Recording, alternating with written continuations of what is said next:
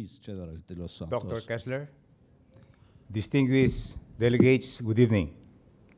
I would like to shift the perspective from a philosophical point of view to the pragmatic point of view.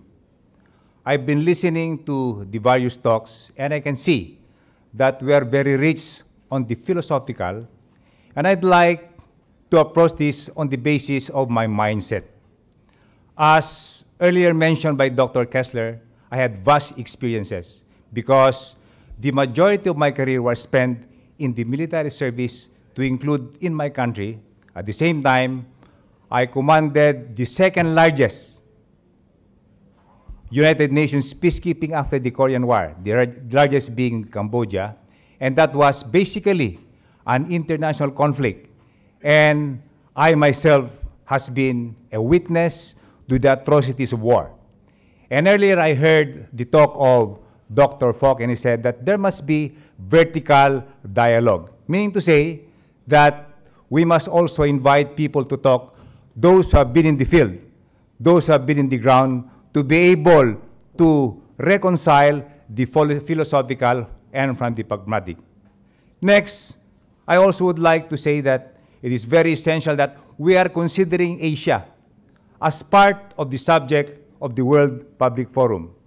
There seems to be a concentration on Europe and other countries, but there seems to be very little attention on Asia, considering the fact that the greatest growth in terms of economy comes from this country. At a time when Europe is experiencing some problems and other countries, Asia is growing, and partly that economic growth is being led by China and some other countries. And let me proceed with my paper. As I've said, Asia is the cradle of some of the earliest human civilizations. And since ancient times, the landscape has been traversed and crisscrossed by different peoples, races, and communities. These confluences and convergences have produced a rich Asian cultural tapestry, woven together by threads of the old and the new, the East and the West. Unfortunately, this Asian cultural fabric has under threat, unraveling at the seams of one too many as a result of many conflicts, primarily terrorism. Now, terrorism may be the most serious challenge facing us all today. Its scope is global without regard for national boundaries and borders. Its victims cut across nationalities, cultures, classes, ages, and gender. It undermines the foundation of international cooperation and understanding, and exploits the differences and distrust to create new conflict. It has assumed different manifestations, and accordingly, in some cases, terrorism can be an offshoot of baseless religious fanaticism and extremism. While the world witnessed the growing security unrest, many have reclaimed the potential religious teachings to promote peace and mutual understanding among diverse cultures. And following this context, based on its conceptual framework, the religious pluralism that was espoused in a document in 1991 called Dialogue and Proclamation, which was quoted by Archbishop Michael Fitzgerald, and I quote, "All positive and constructive interreligious relations with individuals and communities of other faiths which are directed at mutual understanding and enrichment in obedience to truth and respect for freedom," unquote. Now, drawing from these lessons from the above global discourses on interreligious dialogue, the ASEAN experiences is not an isolated one. I mentioned earlier that ASEAN and Asia is one of the growing economies, of course, to include my country. And Southeast Asia is basically controls 1 billion, half billion people. It is a mosaic of 4 of the world's greatest religions: Buddhism, Christianity, Hinduism, and Islam. Generally, Southeast Asia societies and governments are tolerant, representative, and responsive. At the beginning of the new millennium, Southeast Asia witnessed how growing Islamic terrorism threatened to drown out the generally moderate voices of Islamic faith. And the region has its own indigenous Islamic militant groups. But the linkages among these groups have been traditionally and relatively weak, with most operating only in their own country, focusing on domestic issues such as promoting the adoption of Islamic law and seeking independence from the central government control. However, with the upsurge of the Al-Qaeda, there responded a regional threat group, and this is what we call as the Jemaah Islamiyah. And this particular group has basically networked with many of the terrorist groups in different countries within the Southeast Asian, particularly the Philippines, my country, Malaysia, Singapore, and Thailand, where there are Muslim population. And they would like to establish a, what do you call as the pan-Islamic ASEAN state. And with this, it has become one of the major obstacles towards interfaith dialogue. Now, how could we bridge the Muslim-Christian divide through interfaith dialogue? Coming from somebody with rich experience in the military, I think it's very absurd if I cannot tell you that the main things that should be considered is bridging Muslim and Christian divide through interfaith dialogue. There's been initiative on the part of the ASEAN along this line, and the ASEAN and its member states actively promote interfaith dialogues through its mechanisms and regular meetings. Aside from that, they hold regional interfaith dialogue. In many instances, one happened in Indonesia and in Australia. And the establishment of an ASEAN global movement of moderates. The one that is making the conflict harder is because there are many extremists in the group. So they would like to add more moderates within that global movement, and even to the extent of being able to develop an ASEAN Institute for Peace and Reconciliation. Now let me go to my country. Probably very few of you know about the Philippines. But the Philippines is a country with 90% of the population are Catholic, and about 10% are Muslim, mostly located on the southern portion of my country. And because of this, we have experienced war for a long, long time, from the 70s up to the present, basically because of the two groups, the Moro Islamic Liberation Front and the Moro National Liberation Front. But through dialogue, I can say that we can be a model, because, for instance, we have initiated a lot of peace initiatives to be able to bring our Muslim brothers back to the folds of law.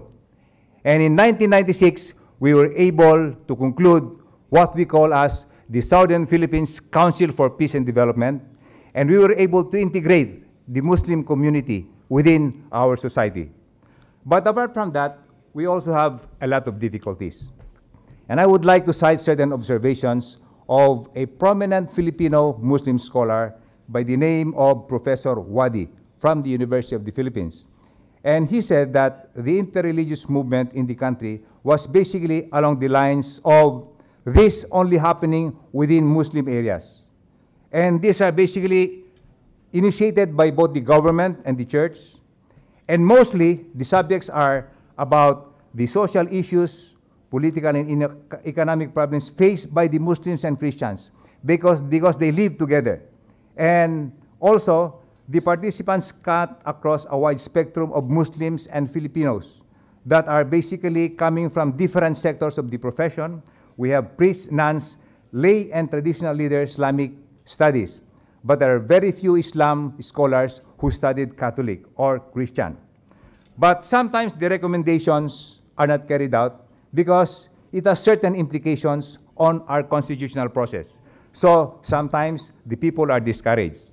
And this interreligious dialogue is faced with contradictory reality. So in spite of this, we continue to have conflict. However, as I said earlier, we experience a long war. And even presently, we have a peace process going on with another group of Muslims in my country to be able to give them certain autonomy. I think it's very important that the other part of society must be able to express their political, economic, and social objectives. And along that line, we have established what we call as the Philippine Plan of Action on Interfaith Dialogue, which was able to establish the administrative machinery, at the same time to dismantle the culture of violence. Because I think the conflict starts basically because of the culture of violence. The improvement of relations and openness among religious leaders, the establishment of better understanding of conflict, and the enhancement of skills of those in the Muslim communities for them to be able to achieve economic independence by way of creating livelihood projects, and also the establishment of zones of peace to be able to come up with a local peace mechanism and civil society initiatives which were actively involved by the religious leaders and workers, and fostering of healing and reconciliation. I would like to say that in our country, the organizations that are very serious along these lines are the following. We have the academe. In the university where I am a part-time professorial lecturer, we have an Islamic Studies Center where they schedule activities, both national, regional, and even international, along the lines of interfaith. And at the same time, our Department of Education was able to incorporate madrasa as part of the system. Before, it was not recognized in our school system, but we're giving some autonomy. And the Department of Education is very open along this line. Now, I mentioned about the academe, and also many civil organizations, especially the non-government organization. So if I may say in conclusion that we can be a model of interfaith dialogue. We have accomplished a lot, even to the extent of going into how the military understands the other faith, especially the Muslims. For example, we have reduced confrontation in conflict areas because we have established basically the membership of some Muslim leaders in our local councils. We have established zone of peace, and we have reduced the atrocities, especially human rights violation, because we give also lectures to the military along the lines of the respect for human rights and the understanding of the military culture that the interfaith is an essential ingredient to the achievement of peace. And I would like to conclude by saying that despite our differences in race, creed, and beliefs, we are all but part of the same humanity. If more and more start seeing the world not as between us and them, but as one humanity with a shared future, fired up by a common desire for peace, then there is hope that the gap shall be bridged sooner than we think. In the end, we lose nothing when we start talking with one another, for dialogue will lead us, if not to friendship, at least to greater understanding and empathy. Probably we are all familiar with the mindset that it says that we can achieve peace only by preparing for war. That is basically the thinking of the military. But I think for my particular case, I would say that by building confidence and by trusting people, we shall be able to influence and shape the world through dialogue and be able to achieve peace. And I think I also would like to make an observation on the part of the World Peace Public Forum that the more involvement of problems concerning the ASEAN, which is partly one half of the globe happens in this area. And as I've said earlier, it is a growing economy. When you visit Asia, you will notice the difference compared to this part of the world. We are growing, we are becoming stronger, and I think that the world cannot disregard this particular phenomenon. Thank you very much, Dr. Koechler. Thank you for everybody.